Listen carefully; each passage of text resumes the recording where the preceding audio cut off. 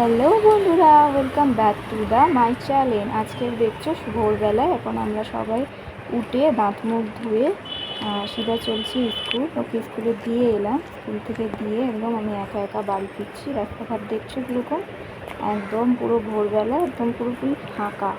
হ্যাঁ, সেই অবস্থায় আমি বাড়ির থেকে একা একা ফিরলাম। এসে কি করব, এসে তো রান্না করতে হবে। সমস্ত জোগাড়জাটি করে আমি রান্না বসিয়ে দিয়েছি।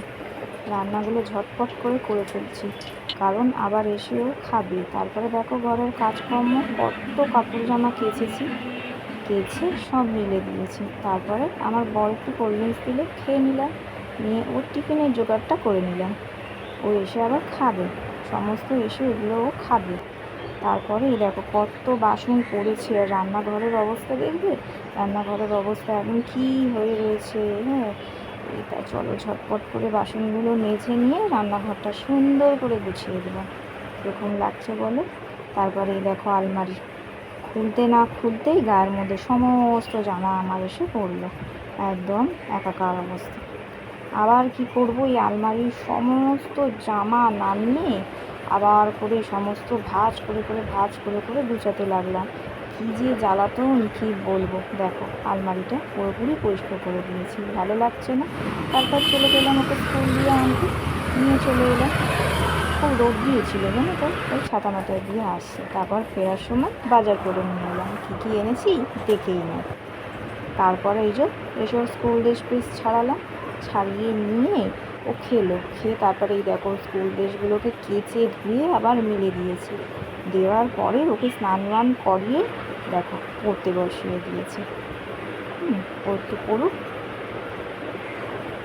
তারপরে দেখো ওকে খেতে দিয়ে দিলাম, পরিয়ে টরিয়ে ও খেতে বসে গেল। খাওয়ার পরে যত বাসন ছিল সব আমরা একে একে মেজে নিয়েছি। কত বাসন দেখেছো, মেজে ঠেজে নিয়ে আমি ওর বই খাতার রুটিন সব দেখে রাখলাম, কেন কালকের ও আবারও স্কুল যাবে, তখন দরকার পড়বে। তার জন্য সমস্ত বক্স ব্যাগ দিয়ে রুটিন দেখে গুছালাম। তারপরে যে জামা কাপড়গুলো মেলা ছিল তুলে এনে ভাঁজ করে সব জায়গা মতো গুছিয়ে দিয়েছি, কারণ এগুলোকে না গুছিয়ে রাখলে না ঠিক টাইমে পাওয়া যায় না। তারপরে এই দেখো এদিকে একজন চিপসটা নিয়ে খেতে লেগে গেছে। যাই হোক, তারপরে আবার এই যে দেখো মর্টিন জ্বালাচ্ছি, কারণ আমাদের এইখানে না একটা পুকুর আছে বুঝলে তো। আর সেই পুকুরে ভীষণ মশা, সারাক্ষণ ঘরের মধ্যে মশার উৎপাত। তার জন্য আমি একটু যখন দুপুরবেলায় শুই একটু মশার ধূপটা জ্বালিয়ে নিয়েই শুই। কিন্তু ওকে দুপুরবেলায় শোয়ালাম, কিন্তু ও কিছুতেই শুলো না। দেখো কী করছে, দেখেছ? ওর চোখের মধ্যে একটুও ঘুম নেই, অথচ ও ঠিক সকাল ভোর 5টার সময় উঠেছে, তাও ঘুমায়নি। যাই হোক, এই করতে করতে বিকেল হয়ে গেল। এ দেখো চাউমিন খাচ্ছে।